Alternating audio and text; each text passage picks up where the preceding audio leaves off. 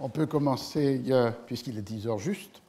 Je rappelle donc que le cours de cette année est voué à l'analyse d'un certain nombre de mots qui eux-mêmes renvoient évidemment à des catégories, à des concepts, à des notions fondamentales ou fondamentaux dans la première modernité.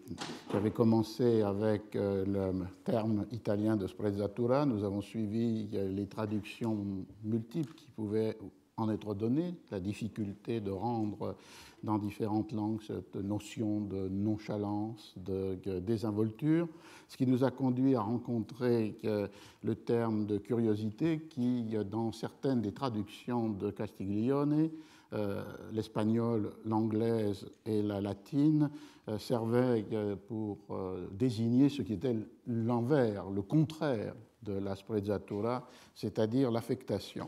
Et donc, du coup, tout naturellement, j'ai été amené à cette analyse que je vais continuer aujourd'hui sur la notion même de curiosité. Nous avions commencé la fois dernière avec les trois textes qui définissent le plus fortement la définition de la curiosité comme un vice condamnable. Cette tradition chrétienne qui considère la curiosité comme la volonté d'entrer dans les savoirs réservés et de tenter d'acquérir la connaissance des mystères prohibés aux hommes. Trois textes nous avaient retenus. D'abord l'Ecclésiastique, qui est un des livres de l'Ancien Testament, au moins dans les Bibles catholiques, puisque le texte n'a pas été retenu dans les Bibles protestantes, avec cette formule en 3.22, « Ne recherchez point ce qui est au-dessus de vous, et ne tâchez point de pénétrer ce qui surpasse vos forces, mais pensez toujours à ce que Dieu vous a commandé, et n'ayez point la curiosité d'examiner la plupart de ses ouvrages. » Traduction là, de Lemaitre de Sacy. Le deuxième texte fondamental, beaucoup plus commenté encore au cours des XVIe et XVIIe siècles, c'est le texte de Saint Paul, l'Épître aux Romains 11.20, dans lequel se rencontre la fameuse formule « Noli altum sapere, sed timere ». Ne tentez pas de connaître les choses élevées au-dessus de l'entendement des hommes, mais craignez. Et le commentaire étant ici le déplacement de cette condamnation qui, dans le texte grec, pouvait renvoyer à une démesure morale, c'est-à-dire la certitude pour certains d'être sauvés, alors que toujours le doute, l'inquiétude ou du coup la foi doivent être premiers. Et ce transfert avec la traduction avec sapere, savoir, connaître, sur une condamnation qui n'était plus morale mais qui était intellectuelle, cette idée d'entrer dans les mystères comme une forme de connaissance prohibée. Et puis le troisième texte, les Confessions, le livre 10, chapitre 25, qui définissait là encore une condamnation radicale de la curiositas par Augustin, en particulier ce passage, il ne faut pas, dans cette passion mauvaise ou ce vice qu'est la curiosité, tenter de rechercher des secrets cachés de la nature qui ne nous regardent point, qu'il est inutile de connaître et que les hommes ne veulent savoir que pour les savoir seulement. Là aussi la traduction de Arnaud d'Andilly de la fin du XVIIe siècle, même si bien sûr, comme je l'avais rappelé, la curiosité chez Augustin, c'est condamnable, n'est pas exclusive d'une volonté de connaissance, d'une connaissance qui produit l'intelligence des Écritures sacrées lorsque cette connaissance est guidée par la lumière de Dieu. Donc, un arrière-fond qui est cette condamnation chrétienne à la fois vétérotestamentaire, les épîtres aux Romains de Paul et le texte des Confessions d'Augustin qui définit un horizon de dépréciation, de mise en garde contre cette curiosité illicite. Et l'on voyait se refléter cette condamnation dans les définitions des dictionnaires, puisque là, dans les dictionnaires, le plus souvent, le premier sens, comme dans le cas de Covarrubias, le trésor de la langue castillane ou espagnole de 1611, le terme de curiosité n'est pas défini d'emblée comme négatif, et j'avais rappelé que dans l'histoire de ce dictionnaire de la langue espagnole, la première, l'édition première en 1611, finalement définissait la curiosité comme ce qui est comme la manière de traiter une chose avec un soin, une attention particulière. C'était la définition du curioso. Et avec cette première étymologie, d'ailleurs assez fantaisiste, qui dérivait curiositas, ou curiosidad en espagnol, de cura, le verbe latin pour le mot latin pour le soin, l'attention, la diligence. Et une deuxième étymologie qui dérivait la curiosité de l'adverbe cur, pourquoi, donnait cette définition du curieux comme celui qui pose toujours la question du pourquoi. Cette définition était donc pour le moins neutre ou même positive, et sans doute conscient des condamnations chrétiennes fortes de la curiosité que Covarrubias, dans le supplément qu'il avait commencé à écrire, mais qui n'a pas été publié de son vivant, à son trésor, tesoro, avait indiqué que la curiosité se pouvait prendre aussi en mauvaise part lorsqu'il s'agissait de scruter, escudriñar, les choses qui sont cachées, réservées ou qui n'importent pas.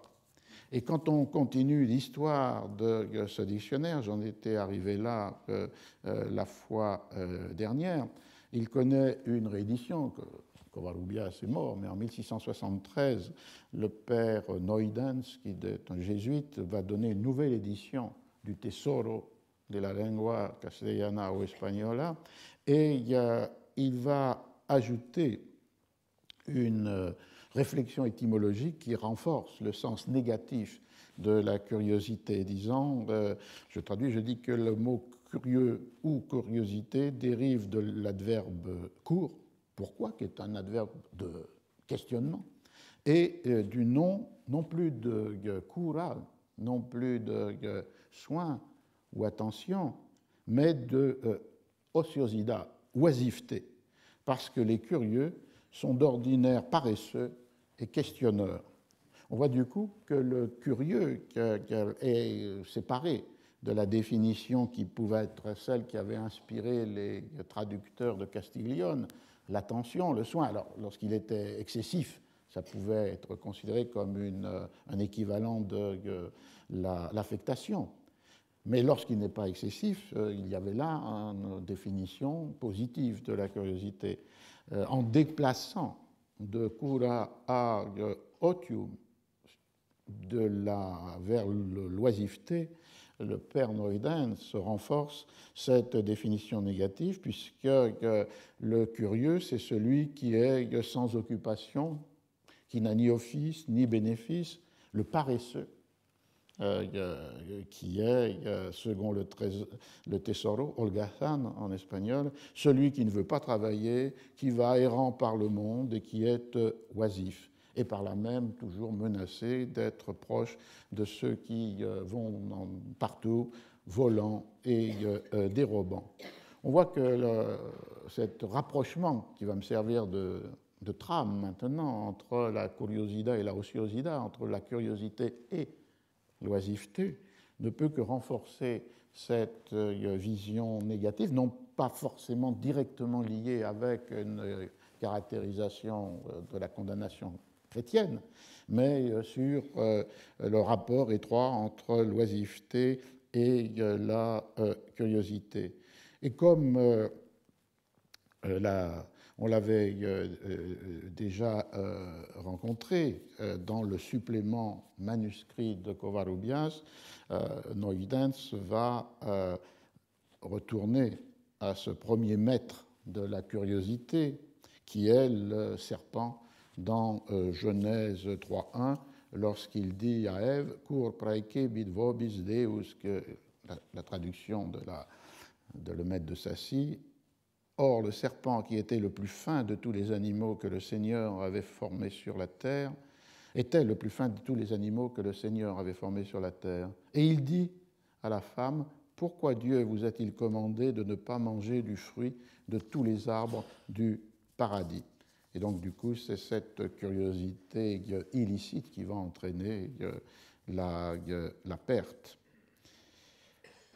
Si on compare ces définitions du XVIIe siècle, où vous le voyez, le jeu est complexe, mais où se renforcent les sens de condamnation de la curiosité dans la référence chrétienne ou dans cette introduction du lien entre la curiosité et l'oisiveté, on voit que les dictionnaires du XVIIIe siècle vont introduire des sens plus clairement positifs.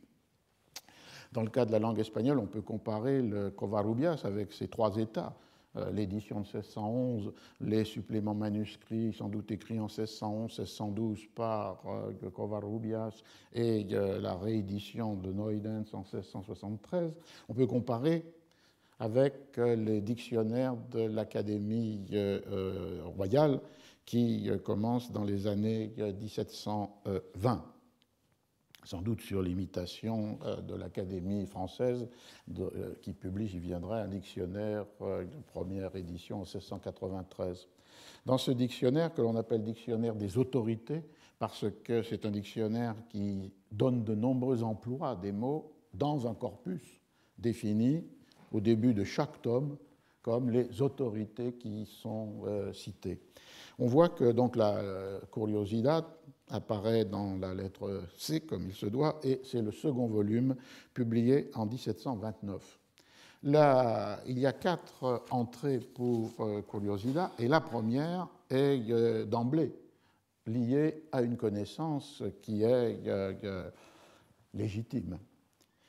Curiosité, je traduis, le désir, le goût, l'appétence de voir, de savoir, de vérifier les choses comme elles sont, comme elles arrivent ou comme elles se sont passées. On voit donc qu'avec ces 3 mots, como son, suceden o han pasado, il y a pratiquement un écho de la culture de la curiosité telle qu'elle est née à la fin du XVIIe siècle. D'un côté, la culture des collections constituée par ceux qui veulent observer les choses comme elles sont. Et donc on aurait là une référence implicite au cabinet de curiosité, dans lequel il s'agit d'enfermer les productions de la nature et du coup les traces matérielles des volontés de Dieu. Et de l'autre côté, une culture de l'érudition de ceux que l'on appelle les antiquaires, mais pas au sens moderne du terme, ceux qui s'intéressent à l'Antiquité, et qui, de ce point de vue-là, sont ceux qui désirent savoir comment les choses furent. Et donc, avec ces 3 petits mots, voir, savoir, et contrôler, vérifier les choses como son, suceden o han pasado, c'est une double allusion qui est faite à cette culture de la curiosité qui est celle des cabinets et à cette culture de la curiosité qui est celle des livres d'érudition, en particulier des livres d'érudition portant sur le passé. Et l'on voit qu'en parallèle avec cette définition 1729, dans les dictionnaires de la langue française, on rencontre la même valorisation de ces désirs de savoir comment les choses sont, arrivent ou furent. Dans le dictionnaire, du coup, cette valorisation va déplacer le mot curiosité du singulier au pluriel et va servir à définir les choses elles-mêmes, et pas simplement une attitude des hommes, mais les choses elles-mêmes qui deviennent des curiosités. Je prends le dictionnaire de Furetière de 1690. Curiosité se dit aussi de la chose même qui est rare, secrète, curieuse. Et il donne un exemple. Il y a à Paris plusieurs cabinets remplis de belles curiosité. Et il ajoute d'ailleurs ensuite que ce chimiste fait voir force curiosité. Donc ce sont les choses elles-mêmes qui sont des curiosités parce qu'elles sont rares, secrètes, curieuses. Et donc on voit du coup que le mot secret, qui pouvait être le fondement même de la condamnation chrétienne, de pénétrer les secrets de Dieu, devient quelque chose qui doit être exposé, qui doit être recueilli ou compris dans cette culture de la curiosité. Le dictionnaire de l'Académie française, qui est publié en 1694, j'avais anticipé sa publication, enregistre ce même sens, curiosité. Il signifie aussi choses rares et curieuses. Exemple, il a un cabinet plein de curiosités. Et dit le dictionnaire, en ce sens, il a plus d'usage au pluriel qu'au singulier. Et dans le dictionnaire de l'Académie espagnole, donc un peu postérieur, là nous sommes 90-94, dictionnaire de la lettre C 1729, on trouve un écho de cet usage du pluriel pour définir les curiosités, la chose même, la curiosité étant comme inscrite dans la chose elle-même et pas simplement dans le désir de connaissance de l'individu. Il y a un écho par une citation, une de ces autoridades qui sont citées, qui est l'histoire de la Nouvelle-Espagne de Antonio de Solis, un livre qui a été publié en 1684. Et dans le dictionnaire de l'Académie, on a cet exemple.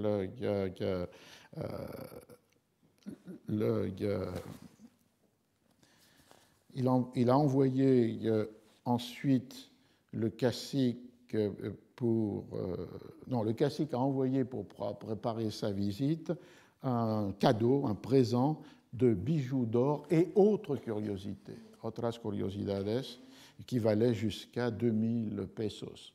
Donc on voit ici que le terme de curiosité est lié avec ces joyaux qui sont envoyés pour la rencontre entre les Espagnols et les Indiens, et d'autres curiosités, donc des choses rares, des choses précieuses, des choses de valeur.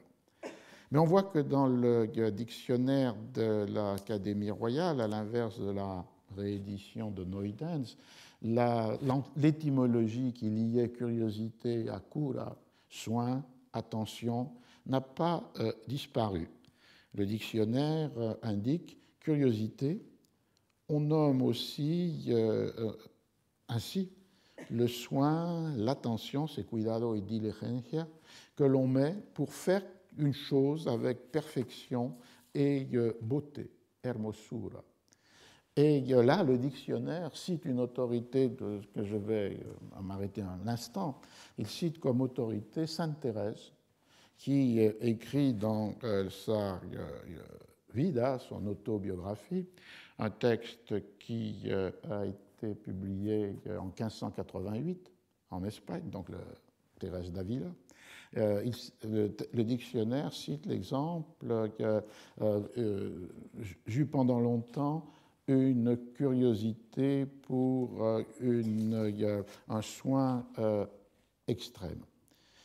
Durome mucha curiosidad de limpieza demasiada, donc la curiosité, beaucoup de curiosité, dura, quant à un excès de soin, puisque limpieza c'est la propreté, c'est ce qui est soigné, c'est ce qui est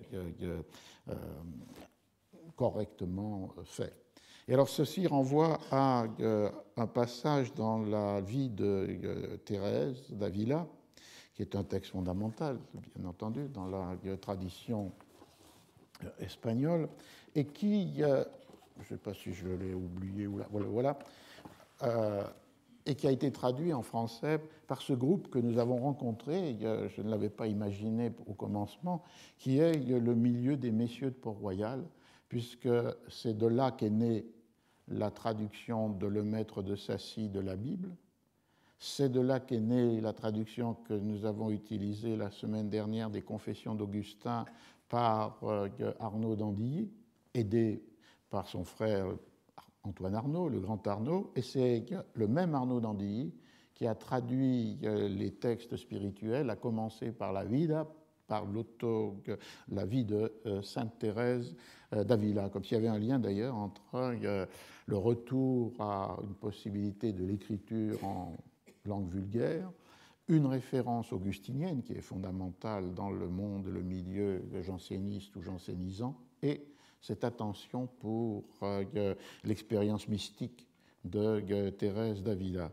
Alors c'est cette traduction que je vais prendre pour resituer les quelques mots qui ont été extraits par le dictionnaire des autorités pour donner un exemple à la fois de référence de curiosidad avec soin et attention, mais une référence négative, une référence qui condamne l'excès de ce soin.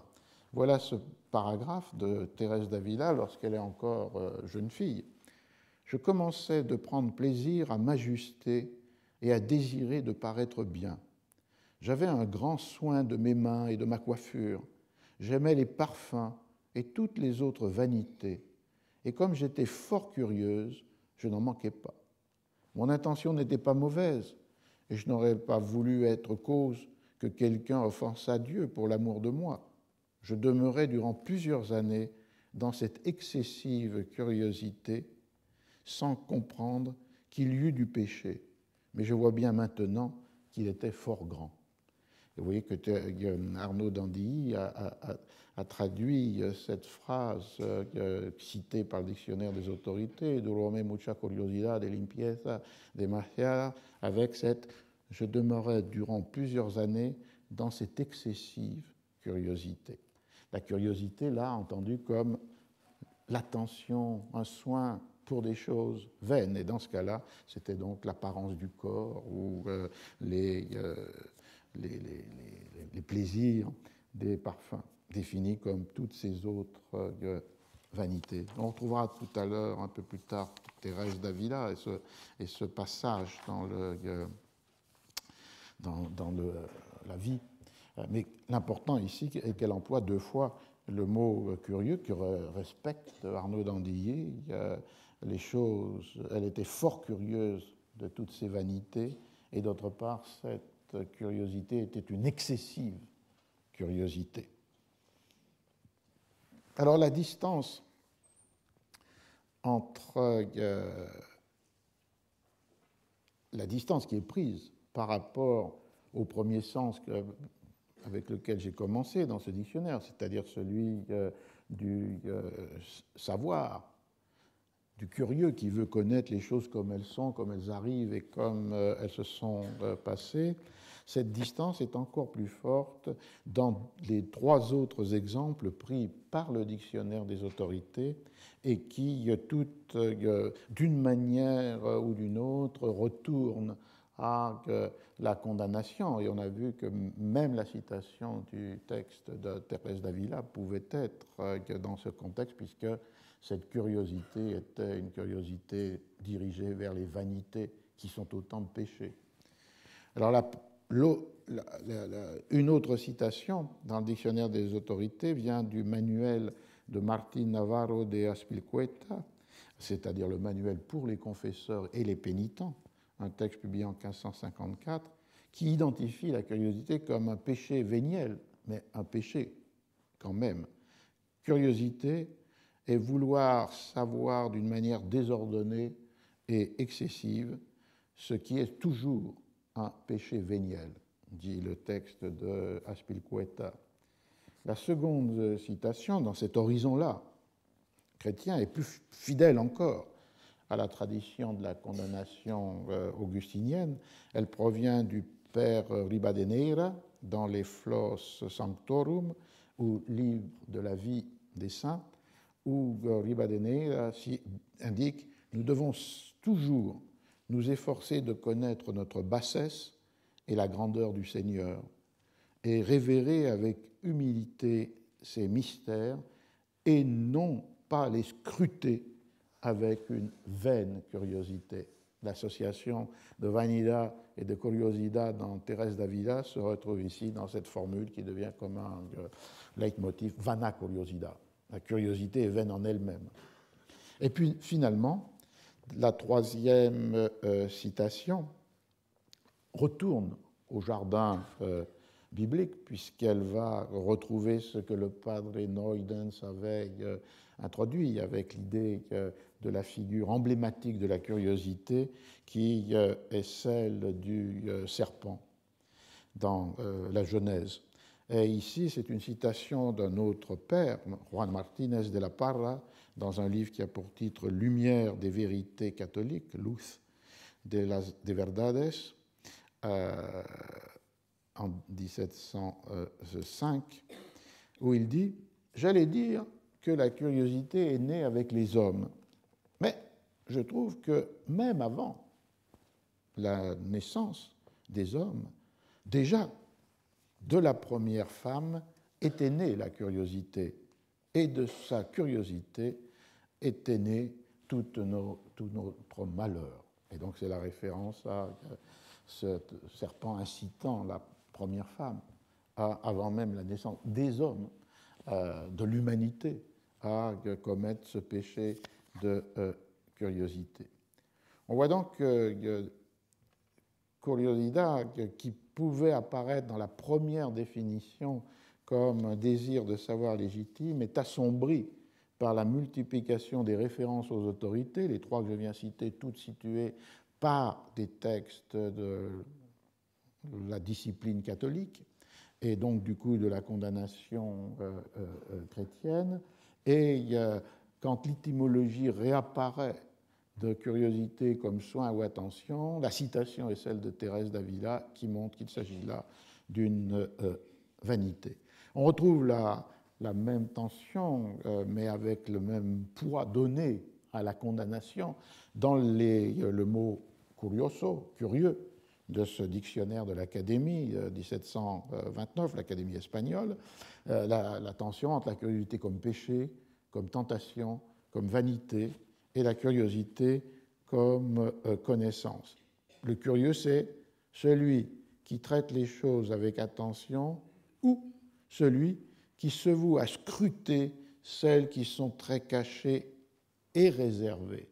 Et on retrouve le mot escudriñar, qui est l'équivalent de scruter, mais peut-être que dans cette utilisation du XVIIIe siècle, le mot scruter s'est un peu éloigné de son double contexte, c'est-à-dire d'une attention excessive, méticuleuse, inquisitoriale. Et j'emploie le mot exprès parce que c'était le mot de l'Inquisition, escrutinio. Et c'est avec ce mot-là, d'ailleurs, que Cervantes joue dans le chapitre 6 du Quichotte, lorsque le curé et le barbier, persuadés que Don Quichotte est devenu fou par l'excès de lecture des romans de chevalerie, entrent dans sa bibliothèque et vont faire brûler presque tous les livres, n'en exemptant qu'un ou deux. Et le titre du chapitre est Escrutinio, ce qui fait que Cervantes joue avec la référence à l'Inquisition, y compris jusqu'au bûcher, puisqu'il jette les livres par la fenêtre et pour faire une grande hoguera, un grand bûcher dehors. Ce qui est d'ailleurs reste un problème. Pourquoi Cervantes a donné comme cadre à cette scène, qui est à la fois une scène assez divertissante, mais en même temps une scène de critique littéraire, puisque le curé examine chacun des livres, au moins au commencement, après il se fatigue, mais pour donner un jugement littéraire, esthétique ou moral sur les ouvrages. Pourquoi est-ce qu'il a utilisé la référence non seulement avec le mot escrutinio, mais dans beaucoup d'autres aspects, l'examen de chaque titre séparément, le bûcher final qui brûle les mauvais livres, quelquefois pour ceux qui échappent, la nécessité d'une expurgation. Donc c'est un chapitre entièrement construit sur le lexique, les pratiques de l'Inquisition. Est-ce que c'est pour justement les critiquer implicitement en leur donnant cette forme burlesque? Est-ce que c'est l'ambivalence de Cervantes lui-même par rapport au livre, à la fois condamnable et louable? L'intention d'auteur reste assez opaque, mais la construction avec escrutinio est tout à fait fondamentale. Et au XVIIIe siècle, il semble que le verbe escudriñar a perdu un peu cette connotation négative. En 1611, dans le Tesoro, le verbe est défini comme chercher une chose avec un excès de soin, d'attention et de curiosité, con demasiada diligencia, cuidado y curiosidad.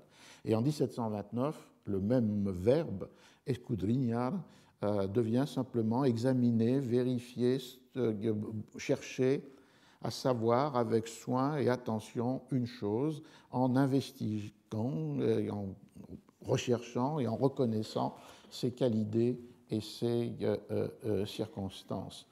Donc, peut-être une distance qui est prise, néanmoins, reste un sens qui est lié avec l'idée que le savoir ne doit pas pour autant tomber dans le désordre de celui qui cherche à comprendre des choses qui ne lui appartiennent pas. Et l'on trouverait que dans la même définition de Curioso, à la fois une édulcoration de l'aspect négatif du soin et de l'attention, mais en même temps le rappel que le curioso, c'est celui qui desordenadamente desea saber las cosas que no le pertenecen, qui avec désordre, avec confusion, veut connaître des choses qui ne relèvent pas de lui. Et ces choses qui no le pertenecen sont évidemment les mystères sacrés. On voit donc qu'il y a cet affrontement permanent qui était le point de départ de l'essai de Carlo Ginzburg, que je rappelais la fois dernière, entre la curiosité qui nous ouvre le chemin de connaissance, érudition, connoisseurship en anglais, et de l'autre côté, le respect des mystères sacrés. Et on voit aussi dans les dictionnaires que ce respect du secret, contre lequel la curiosité peut parfois aller et donc du coup être condamnée, peut prendre un sens moins immédiatement théologique ou mystique. C'est le fait que le curieux veut connaître les mystères des autres. Et c'est ce qu'on voit apparaître dans Furetière. Dans les sens négatifs de curieux, il en est un c'est un indiscret qui est curieux de savoir les secrets d'autrui, qui décachette les lettres. Il ne faut point être curieux d'apprendre les affaires des princes quand il les cache. Cervantes a écrit l'histoire du curieux impertinent qui voulait éprouver si sa femme lui était fidèle. Et donc, du coup, dans la définition de Furetière, on voit cette idée qu'il y a une curiosité qui est devenue plus mondaine et pas simplement transcendantale, pas liée seulement au mystère sacré, mais qui est liée au fait de vouloir connaître ce que l'on ne doit pas connaître, ce dont on doit respecter le secret. Ça peut être politiquement les secrets des princes, ce qui sont les secrets de Arcana Imperii, les secrets du gouvernement, de l'exercice du pouvoir. Et donc là, c'est une intrusion dans quelque chose qui n'appartient pas à tout un chacun, en particulier dans un temps où un concept clé de cet exercice du pouvoir est celui de la raison d'État. Une raison d'État qui se suffit à elle-même, qui n'a pas à être perçue, comprise, discutée encore moins par les sujets. Mais dans un registre plus de la sociabilité, la curiosité, c'est vouloir connaître les secrets des autres. Et là, l'exemple pris, c'est celui qui décachette des lettres qui ne lui sont pas adressées. Et dans le dictionnaire de l'Académie, 4 ans plus tard, on retrouverait cette même définition. Curiosité, il se prend encore plus particulièrement pour une trop grande envie, un trop grand empressement de savoir les secrets, les affaires d'autrui, et donne comme exemple « Sa curiosité le porte à ouvrir toutes les lettres qui lui tombent entre les mains. C'est avoir trop de curiosité que de vouloir pénétrer dans le secret de ses amis malgré eux. » On a en quelque sorte comme si la curiosité descendait du ciel sur la terre, descendait des mystères divins à cette indiscrétion qui veut briser le privé, le particulier des individus. Et d'ailleurs, dans le dictionnaire de l'Académie, cette édition de 1694, on voit que ce mélange quasi indissociable de maintenant une volonté d'apprendre et d'autre part une volonté de posséder une connaissance que l'on ne doit pas avoir, des autres, des princes ou de Dieu. Et les exemples que donne sont comme une sorte de série où se mêlent les approbations et les dénégations. Alors la définition est passion, désir, empressement de voir, d'apprendre, de posséder des choses rares, singulières, nouvelles, etc.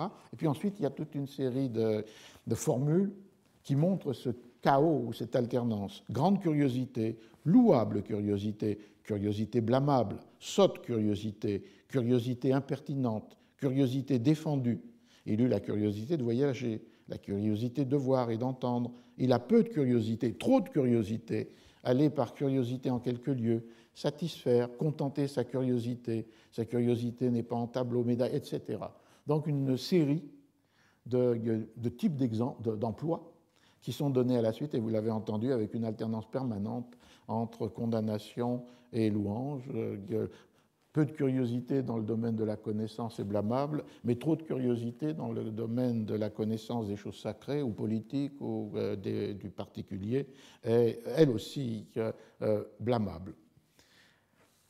On entre là donc, peut-être pour déplacer l'attention de cette analyse menée avec des définitions des dictionnaires. Bien entendu, c'est un premier pas seulement, les définitions des dictionnaires. Ils sont utiles dans la mesure où ils peuvent donner des acceptions plus ou moins neutralisées, ordinaires, communes de la définition d'un mot dans une société. Et on a vu que ça pouvait être la condition, cette analyse de ces emplois ordinaires, pour comprendre des emplois qui le sont moins, c'est-à-dire des exemples d'usage qui peuvent, pour un même mot, aller dans la direction de la louange ou dans la direction du blâme, et qui peuvent surtout, comme on l'avait vu avec sprezzatura, inverser la valeur attachée au terme pour en donner un emploi inattendu, surprenant et donc du coup distinctif. Mais ceci n'est possible que si l'on a cette référence à ce horizon moyen de la langue. On a vu qu'un des thèmes qui naissait dans cette analyse, c'était le thème du lien entre curiosité et oisiveté. En espagnol, les mots sont encore plus présents, curiosidad ou ociosidad, plus présents l'un de l'autre, plus proches. Et donc, du coup, je voudrais m'attacher un temps sur cette raison et les mécanismes qui font que l'on peut lier si étroitement à la Renaissance la curiosité avec l'oisiveté. Alors, un texte qui peut nous servir d'appui, c'est le texte de Pedro Mejía, ça s'écrit M-E-X-I accent A, et qui a pour titre Silva de varia lección, la forêt de leçons multiples. Ces titres sont intéressants parce que très souvent dans le texte, particulièrement du siècle d'or, mais aussi en français, en France, il y a l'utilisation de métaphores végétales pour désigner le monde des textes. Et avec une opposition qui peut exister, par exemple, entre Silva, la forêt, confuse, chaotique, mais riche, dense, touffue, et d'autre part le jardin, jardin, qui est une mise en ordre, une organisation de cette nature textuelle. Et on trouverait dans beaucoup de titres français du XVIIe siècle les mots de bouquet, de fleurs, qui étaient déjà médiéval, et de jardin. Et donc, du coup, c'est la Silva de varia lección de Pedro Mejía, qui est publié dans les 3 premières parties en 1540 à Séville, et un de ces compendiums dans lesquels on trouve tout sur tout, avec des titres de chapitres qui expliquent quel sera le contenu, sur la mémoire, la lecture, les lettres, ou des vertus morales, ou des vices. Donc, une sorte d'anthologie de tout ce que l'on peut savoir, et la construction de chacun des chapitres étant une série de références antiques, chrétiennes, espagnoles. Et on peut suivre dans cette compilation dont l'utilité pouvait être pour le lecteur de réutiliser certains des exemples ou certaines des citations données par Pedro Mejía. Le livre a aussi l'apparence ou la structure d'un recueil de lieux communs, au sens de ce qui peut être utilisé dans de nouveaux discours pour atteindre à l'abondance des mots et des choses, qui est l'idéal rhétorique de la Renaissance. On peut suivre comment les rapports qu'il établit entre curiosité, oisiveté et lecture. Le texte a été traduit au XVIe siècle, mais malheureusement avec une très grande liberté. Et donc, je n'ai pas pu m'appuyer pour chacune des citations que je vais faire, sur la traduction du texte, parce qu'elles n'apparaissent pas dans sa traduction. L'ordre des chapitres ou même leur nombre a été remodelé, donc c'est difficile. Mais dans certains cas, oui, on le verra. Mais pour prendre un exemple de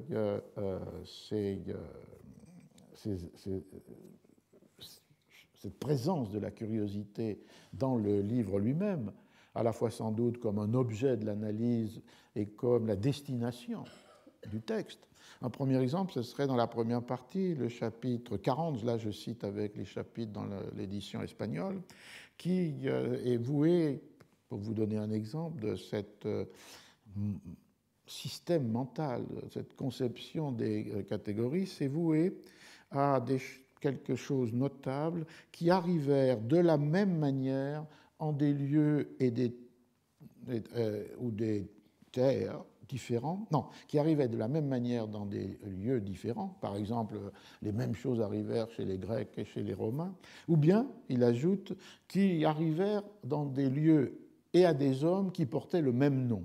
Sorte de coïncidence extraordinaire qui faisait qu'il y avait là des événements qui étaient liés à cette synonymie des acteurs et des lieux. Alors, indépendamment du contenu du chapitre, pourquoi Mejía justifie ce type d'analyse, il le dit, c'est parce que cela peut satisfaire à la curiosité.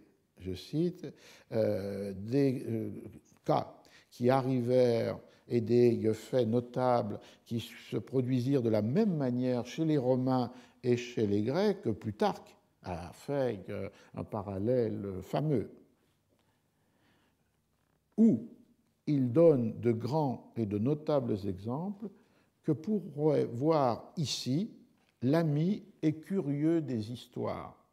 El amigo et curioso de historias.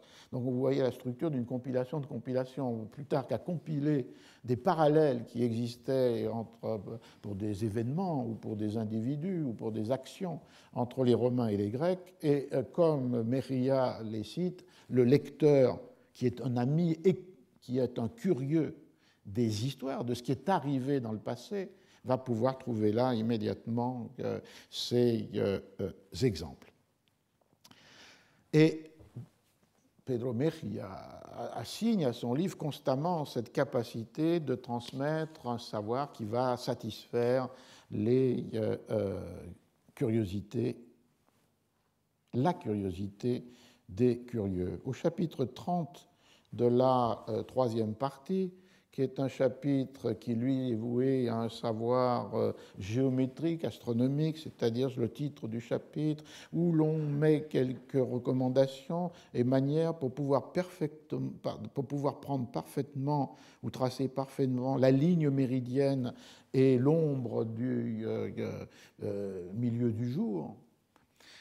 Il explique qu'évidemment, ce texte ne va pas pouvoir a une utilité, qui ne pourra pas satisfaire tous, parce qu'il faut quand même quelques principes de ces arts, la géométrie et l'astronomie, mais qu'il va être bon et satisfaisant pour les curiosos ingenios, les esprits curieux qui ont le désir de se savoir et pour qui il sera à la fois convoité, codicioso et saboroso, plaisant, agréable, savoureux. Parce que ceux qui vont avoir ce savoir vont entrer dans ce chapitre avec la possibilité de pouvoir y prendre plaisir. Et il emploie le mot pienso holgaran de las leer. Ceux-là, les curieux, les esprits curieux, vont pouvoir prendre plaisir de lire ces choses. Et le verbe holgar, dans le Tesoro de Covarrubias, signifiait effectivement avoir du plaisir, approuver, mais, et c'est là où le lien se noue, il signifie aussi, dans la langue du siècle d'or, être oisif, n'avoir rien comme travail. Et on voit que le lexique lui-même associe la curiosité qui produit du plaisir et de l'autre côté, cette oisiveté qui pourrait en être la condition, mais qui peut être aussi répréhensible. Et c'est pour ça que je crois que l'attention minutieuse aux mots, et surtout pour les resituer dans des contextes de sens qui se sont éloignés dans les langues et les usages contemporains, peut être utile, puisqu'ici, si Mejía utilise le verbe holgar, c'est dans un sens premier, cela vous fera plaisir à ceux qui liront et qui ont la capacité de comprendre les curiosos ingenios, mais en même temps, il inclut une référence implicite à ce qui va être un objet d'un des chapitres, c'est-à-dire l'oisiveté. L'oisiveté, elle apparaît au chapitre 32 de la première partie. Et ce chapitre a pour titre où on rencontre beaucoup de louanges et de l'excellence du travail et tous les bienfaits qui en découlent, et aussi les dommages et maux que cause l'oisiveté. C'est un chapitre important et moral et profitable.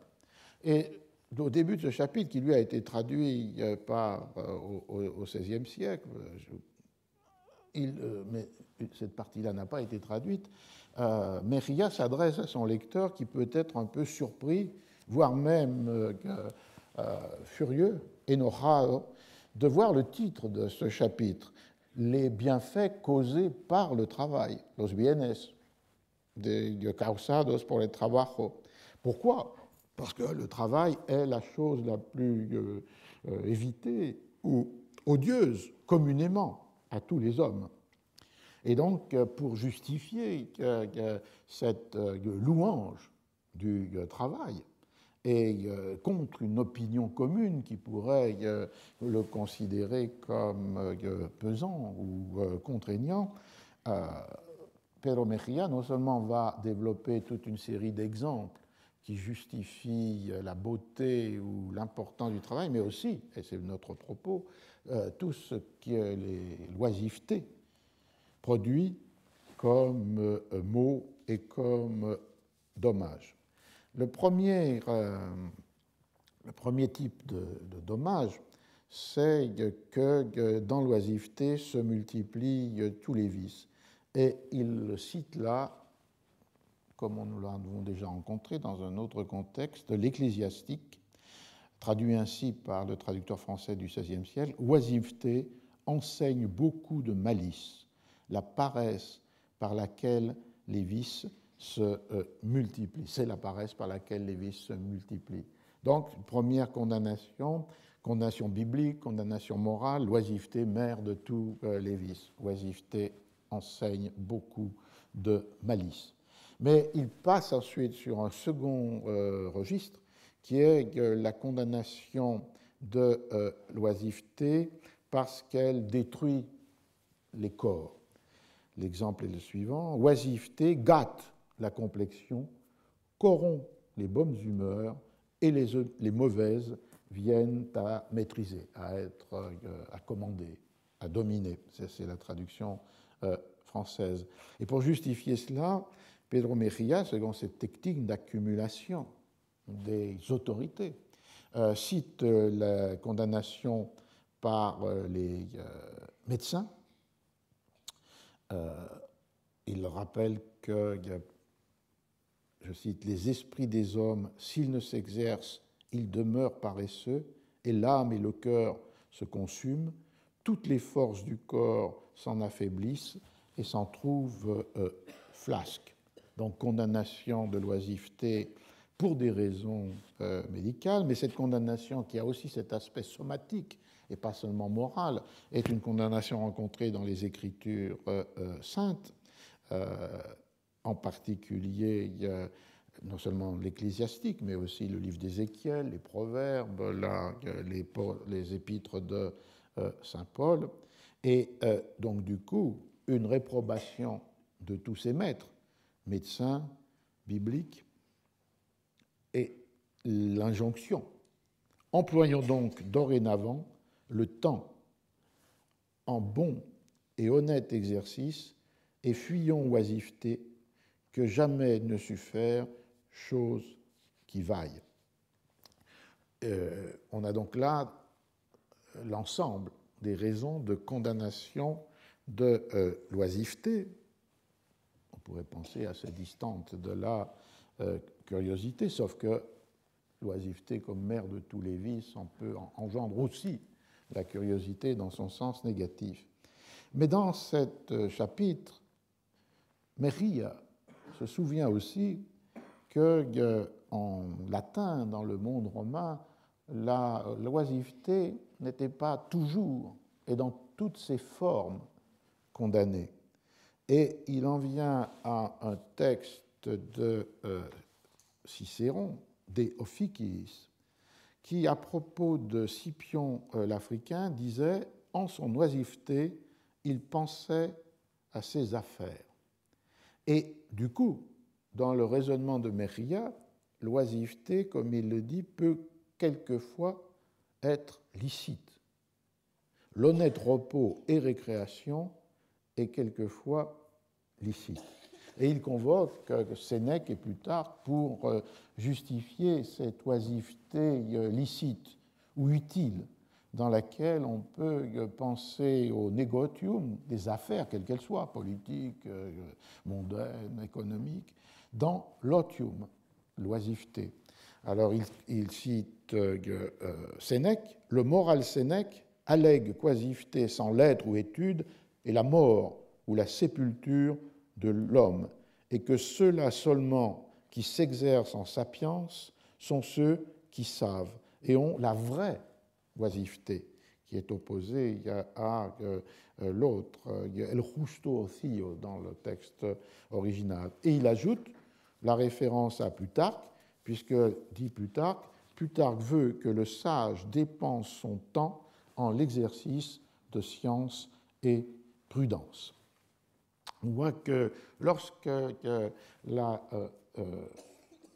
curiosité n'est pas condamnée comme la volonté de profaner des savoirs réservés, elle peut prendre place dans une oisiveté licite, le moment où il y a la possibilité de faire œuvre de recherche à la fois de la science et de la prudence, ça voulait dire de la connaissance et de la sagesse.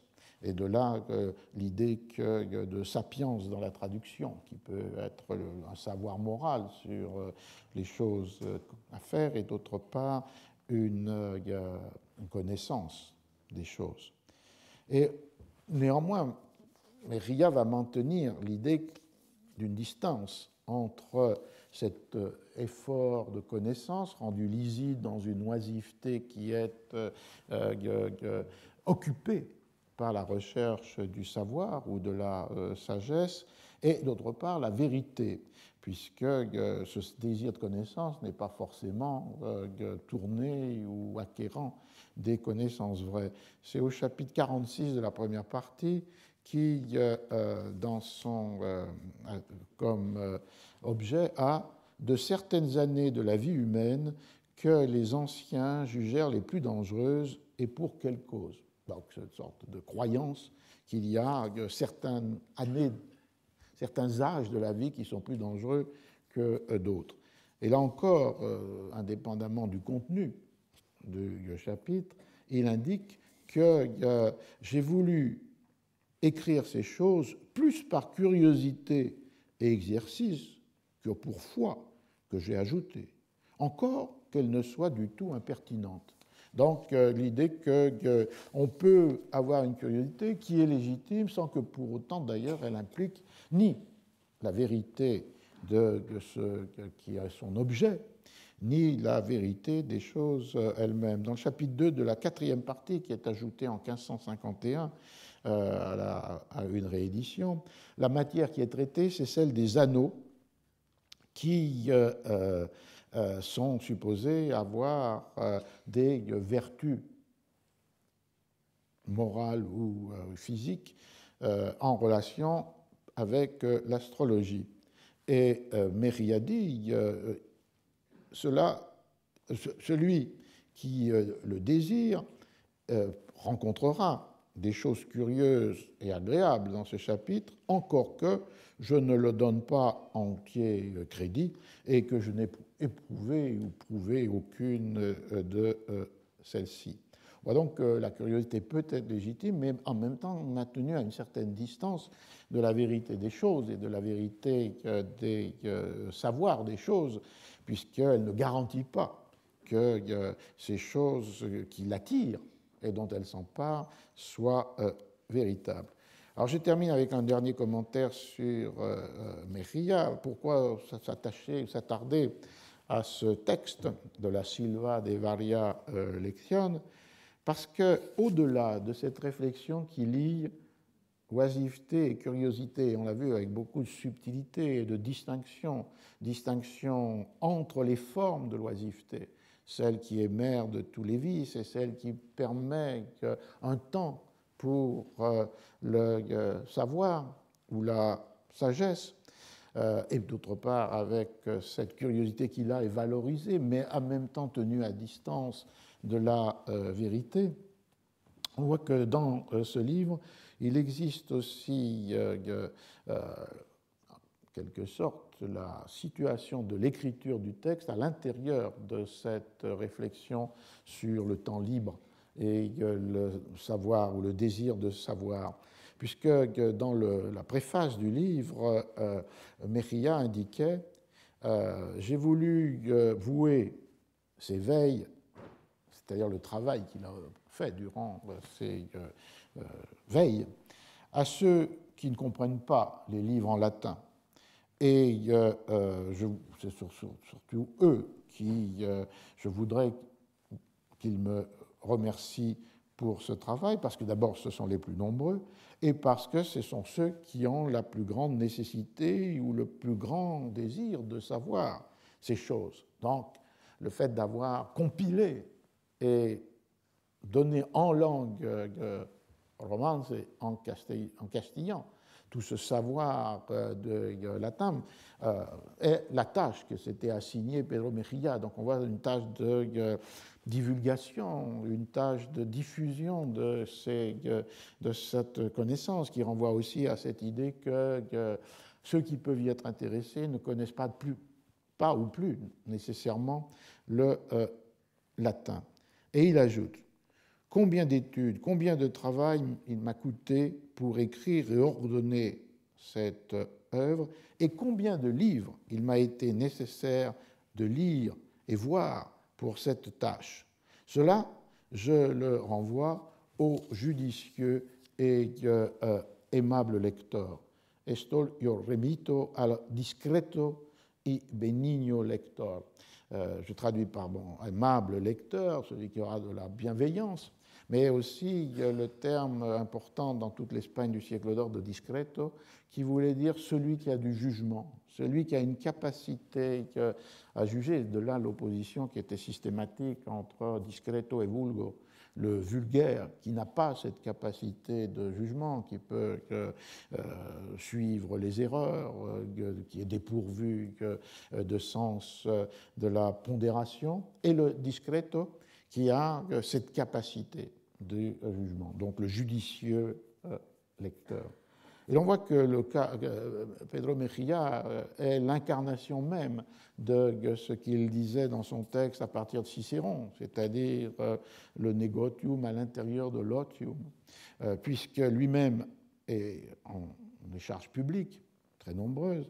Il est le cosmographe de la Casa de Contratación de las Indias à Séville, c'est-à-dire de l'institution qui gère les relations entre la métropole et les colonies, et donc a besoin de cartographie, cosmographie, géographie.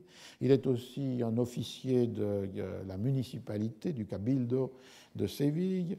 Il est un officier de la Santa Hermandad, c'est-à-dire la confrérie religieuse chargée de la surveillance des mœurs. Et c'est dans le temps de l'oisiveté laissée par ces charges, dans le temps de ce que Cicéron appelait otium literatum, l'oisiveté littéraire, l'oisiveté studieuse, l'oisiveté qui permet la connaissance, qu'il a effectivement compilé et produite cette œuvre monumentale de la Silva de Varia Lectiones.